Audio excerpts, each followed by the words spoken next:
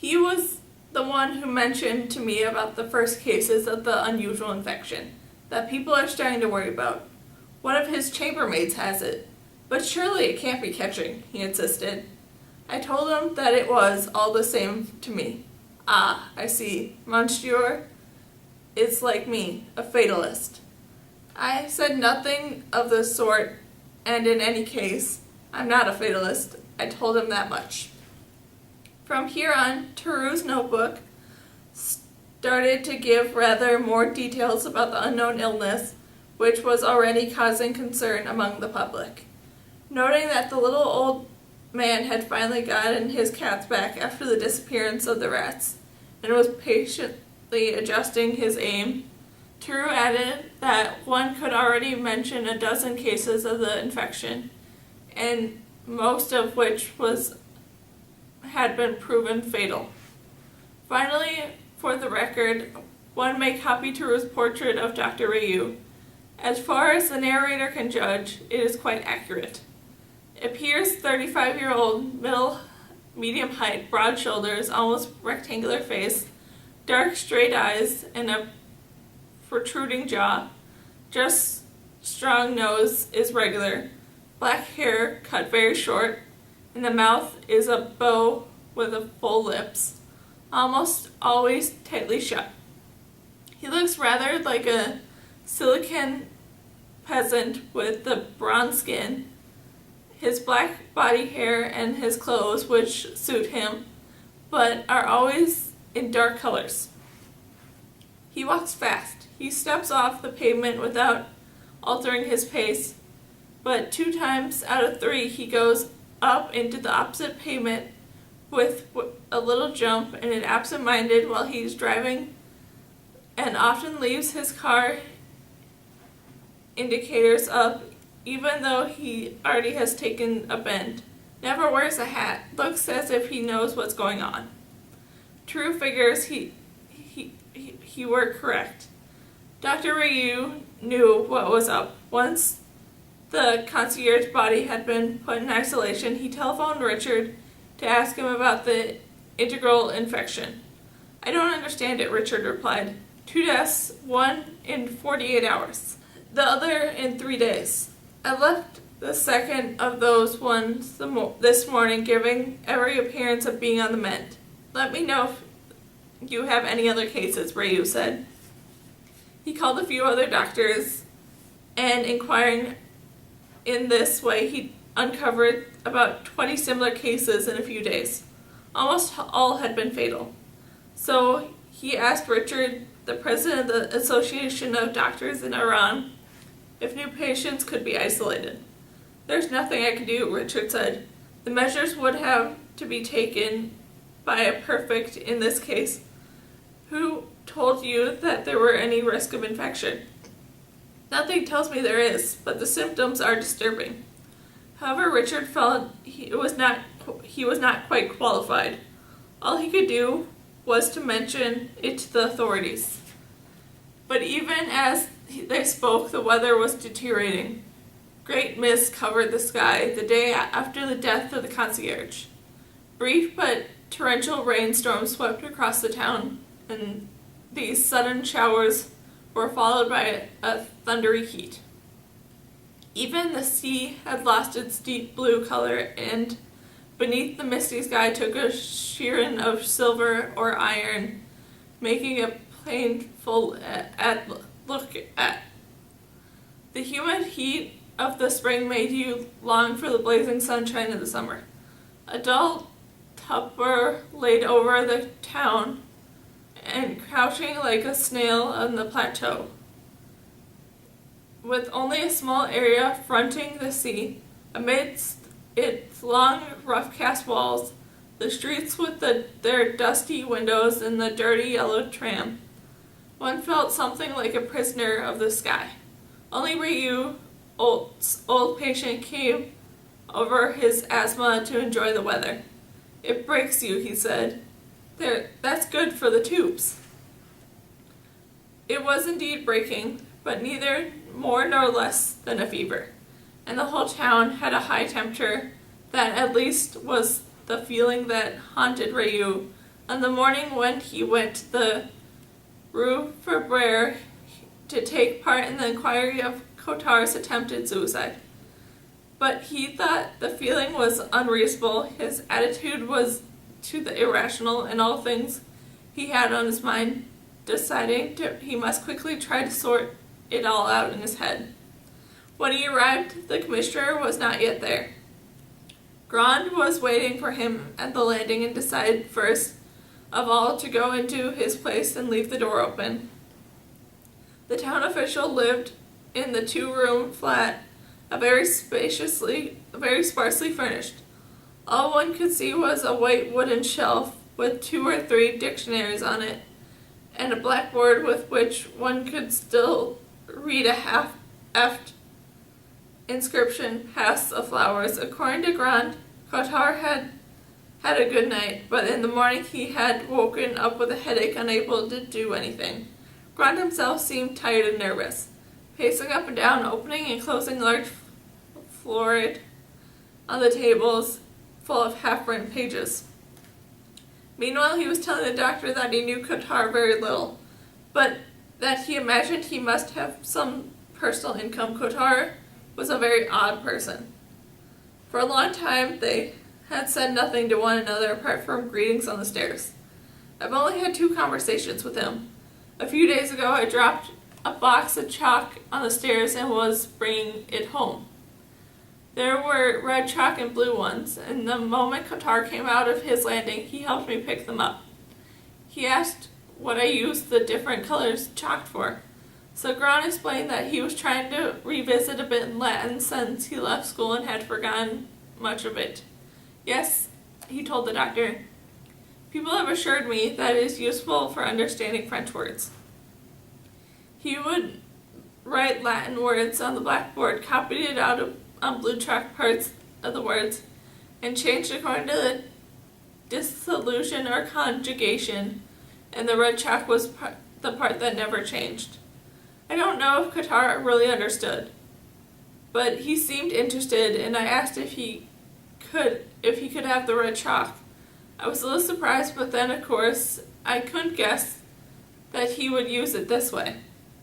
But you asked what had been the subject of the second conversation, but the commissioner arrived with his secretary wanting to take Grand's statement.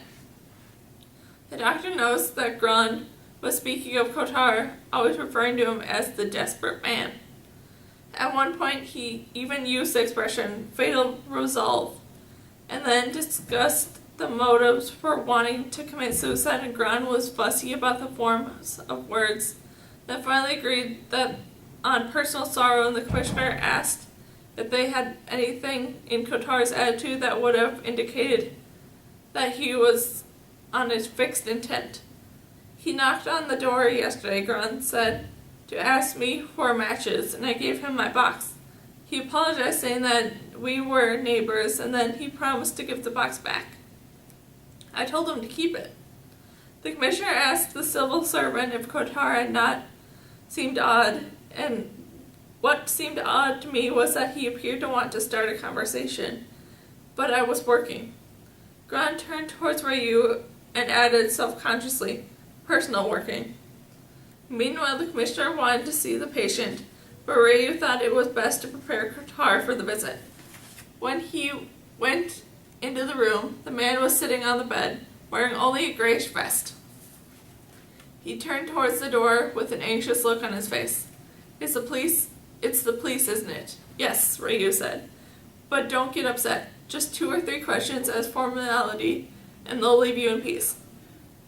But Cottard answered that there was no point in it, and he did not like the police. Rayu gave a sign of impatience. I'm not keen on them myself. All you have to do is answer the questions briefly and politely, and get it all over with. Cottard said nothing, and the doctor turned back towards the door. But the little man was already calling for him and took his hands as he approached the bed. They can't harm a sick man, a man who hanged himself. They can't do that, doctor.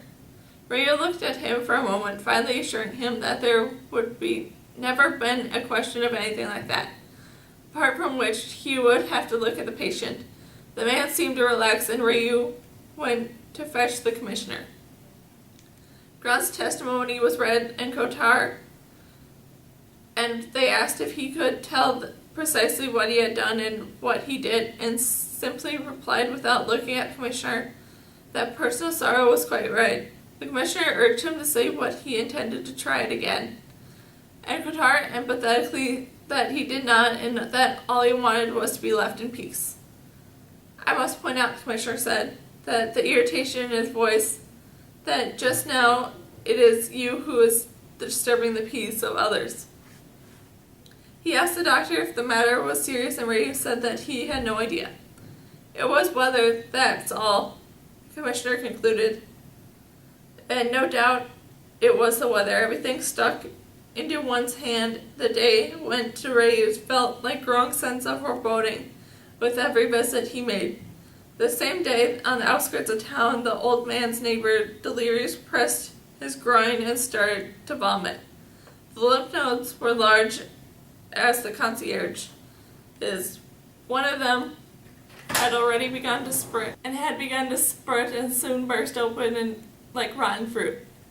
When he got home, Rayu phoned the deport the pharmaceutical products for the department. His professional notes for the day was quite questioned, merely a negative response.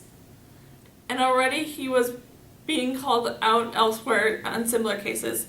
Obviously the absence had to be lanced. 2 cuts with a scalpel in the form of a cross, and the glands discharged a mixture of pus and blood. The patients bled in agony. Dark patches appeared on their belly and legs. Lymph nodes would cause to be supraelated and swell up again. More often than not, the patient died and was it with an appalling smell about him. The press, which had so much to say about the business of the rats, fell silent. This is because rats die in the streets and people in their bedrooms, and newspapers are only concerned with the streets.